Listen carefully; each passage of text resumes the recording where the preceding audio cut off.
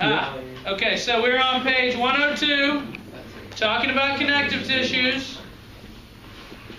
This is called a fibroblast. It roams around in your connective tissues, and it makes fibers. It can construct, it's like a construction guy, and it can build a fiber. Fibroblasts build fibers. This is a macrophage.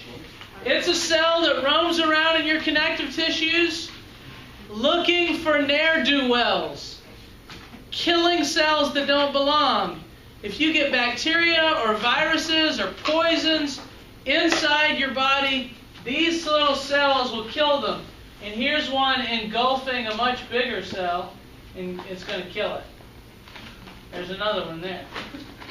These are great pictures, electron microscope pictures. On page 104, it shows down at the bottom a mast cell. A mast cell sits in your connective tissues, and if there's some kind of injury, the mast cell will secrete a chemical called histamine. You ever heard of that?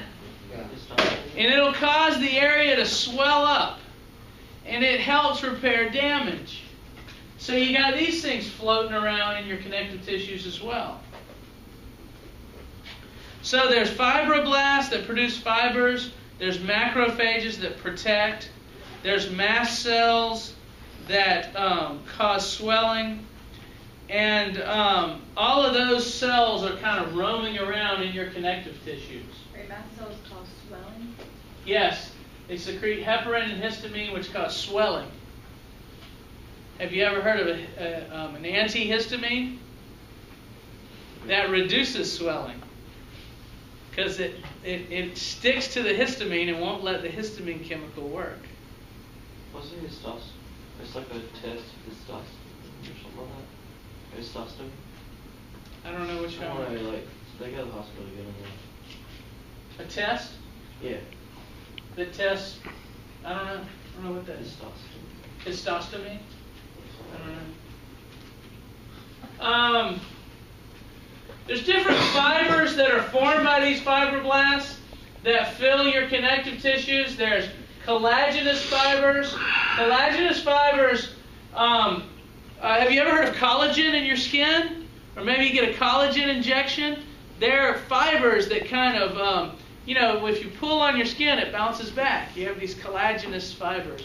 You also have elastic fibers that stretch. And another type of fiber called reticular fibers. And all of these are fibers that cause the tissues to be able to be strong and to resist breaking.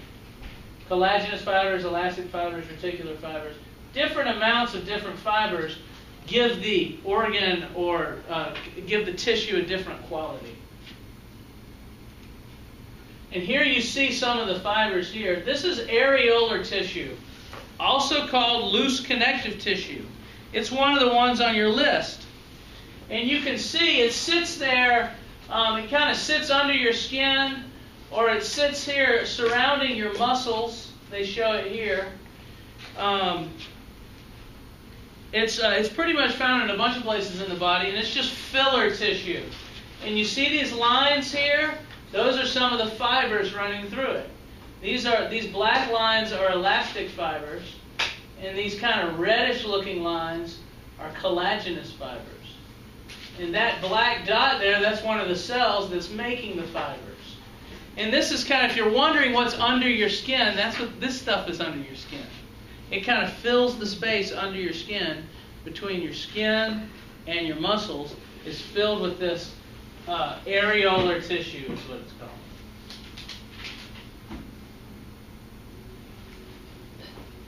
You'll look at this under the microscope. This is fat, adipose tissue. That's what your fat looks like under a microscope. Adipose tissue is very easy to identify. Real big cells. The cells are full of fat molecules. Trillions of fat molecules in each cell. And that's how your food is stored. It's stored in your fat. Fat also acts as insulation. So that's what adipose tissue looks like. You're going to have to identify these under the microscope. Dense connective tissue. You see this guy's ligaments are highlighted here.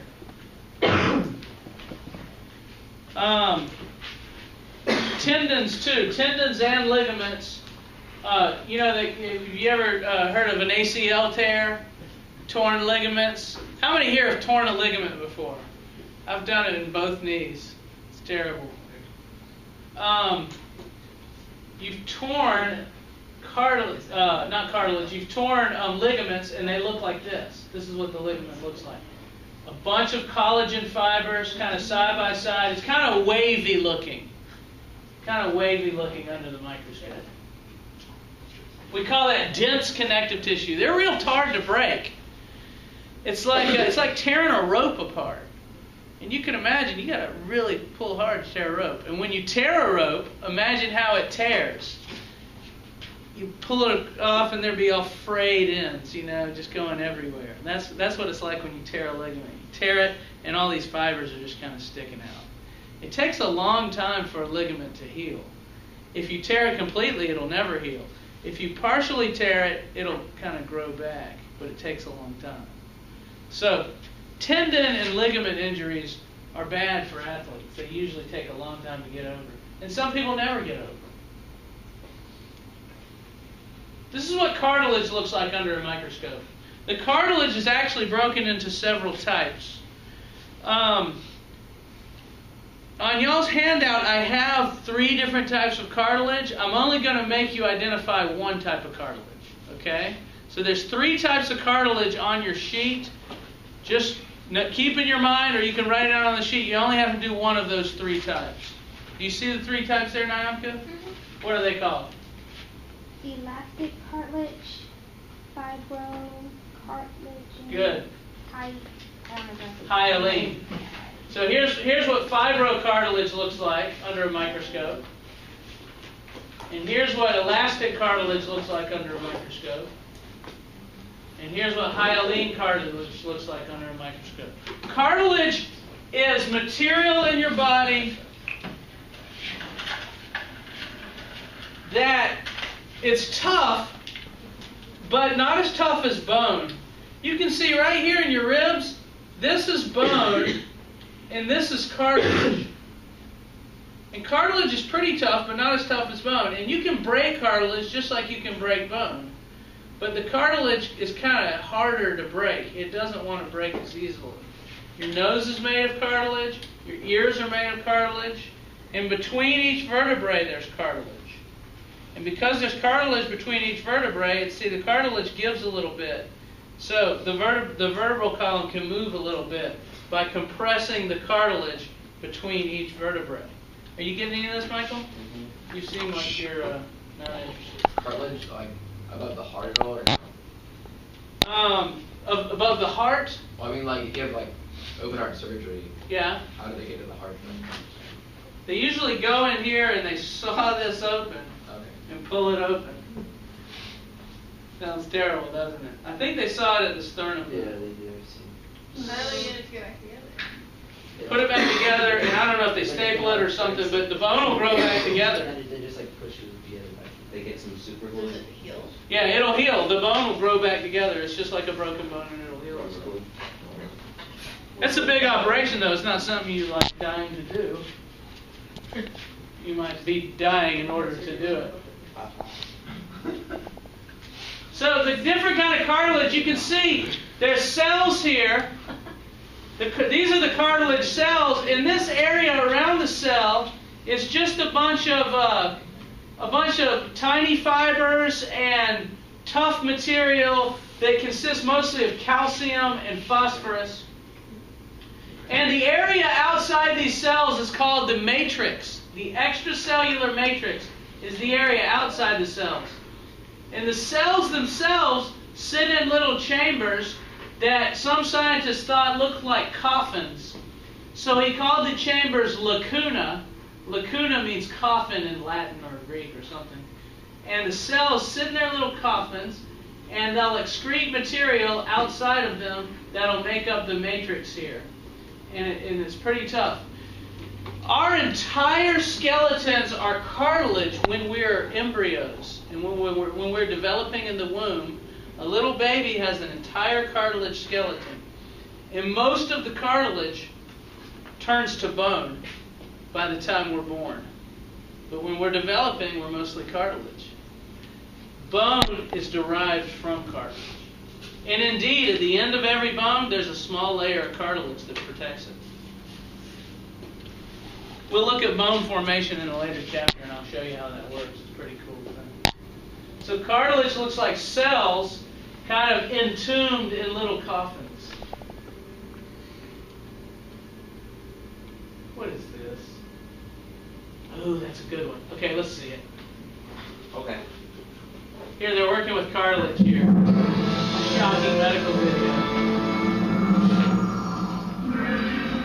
The next video is science fiction turned science fact as doctors grow human body parts right in the lab. At first glance, this startling image may look like something out of Frankenstein's laboratory. In reality, it's the result of an amazing new medical technology. It's called tissue engineering. The growing of living human body parts in a medical lab.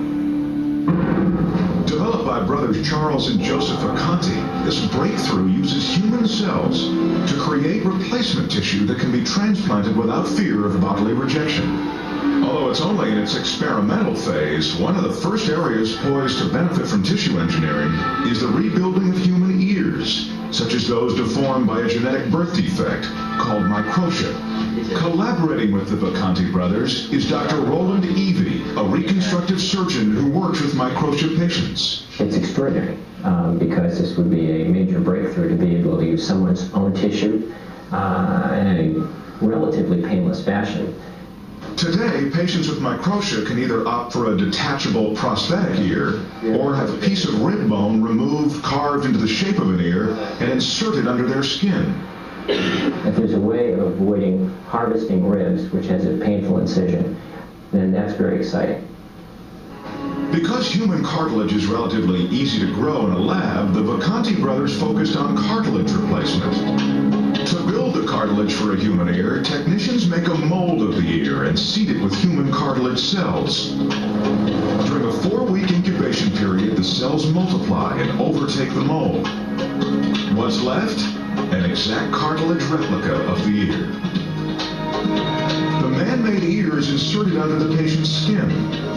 Pending approval by the FDA, Dr. Evie is looking forward to performing the world's first tissue-engineered ear transplant, hopefully by the year 2000. For patients, it will mean that they can have a deformity fixed relatively simply. It's so close now, you can almost touch it. That was a real old video. They're doing that now. You can do that. You take some cartilage cells, you put them in the lab dish, they'll grow over that mold you made in the shape of an ear, and you've got an ear, and it's from the person's cells that you originally took. You see? It's their cells. But you just grew them in a lab dish, and you can put it on there, and it'll grow, the skin will grow over it, and it'll be an ear. That's good if you're born without an ear. You guys have ears, so you don't really care that much. What else we got here? We did cartilage. What about bone? Bone has a very distinctive look to it. Bone grows it looks like almost like a tree that's been cut down. Doesn't that look like a tree rings? Bone cells grow in rings. There's a central canal, and this is a cross section of a bone. In other words, they've taken a bone here and they've cut it like this, and now you're looking kind of down on it. And if you look down on it microscopically, you can see that it's made of these circular formations here. That the bone there's these larger openings through which blood vessels and nerves go, and then these little smaller chambers here that surround the larger openings. Those are the lacuna where the cells sit. So remember, bone is derived from cartilage. So bone has lacuna just like cartilage had lacuna. and the bone cells sit in here, and blood vessels and nerves go through the bone. So there are actually blood vessels and nerves going into the bone and moving, and they branch off and move all throughout the bone. Your bone is a living organ. Thus, if you break a bone, it's going to bleed like crazy because you've broken all those blood vessels, and it's going to hurt real bad because you've broken all those nerves. You see? So this is what bone looks like. And I just want, for this chapter, I just want you to be able to identify it by sight. In a later chapter, we're going to talk about everything that the bones do and that sort of thing. But the histology is being able to look at it and say, oh, that's bone. Blood we looked at yesterday. Blood cells are the smallest cells in the body. There's in 1 cubic millimeter. You know how big a millimeter is? It's tiny. It's the width of a dime. So imagine a cubic millimeter. A millimeter this way, and a millimeter that way, and a millimeter coming out at you. I mean, it's a cube that could probably fit right there between my thumb and forefinger. In every cubic millimeter of blood, there's something like, I don't want to say the wrong number here. I want to say 7 million cells, blood cells. I think that's right. It might be higher than that, 9 million. 9 million cells per cubic millimeter. I mean, you're talking about a lot. That's an average blood count. Yeah, veins and arteries. Your blood's flowing through veins and arteries. Yeah, I'm saying it's a compression of what would be compressed. The same as. Oh, how many of the blood count? I think it's the same in veins and arteries. Yeah. Just the arteries are pushing at higher pressure. They're pushing faster. But you see every little disc you see there, that's a blood cell. And the bigger ones are the white blood cells. They flow around too. And these things will kill any bacteria or viruses or poisons or anything they find that doesn't belong. These things will crawl up and eat up. And then these little pieces are called platelets. They're for blood clotting. So if you cut yourself, it forms a scab. The platelets are involved in that scab formation. We're going to spend a day talking about blood and what it does. Actually, we spend a whole chapter on that. Oh, and that's muscle. That's for next time. So what I want you to do tonight is read about the connective tissues. And in the lab, it goes from 102 all the way to 109, so it's 6.5 pages there. Well, one of the pages is kind of an extra reading, so whatever, 5 pages. I want you to read it. And we're going in the lab now, and so what you do is you take this sheet,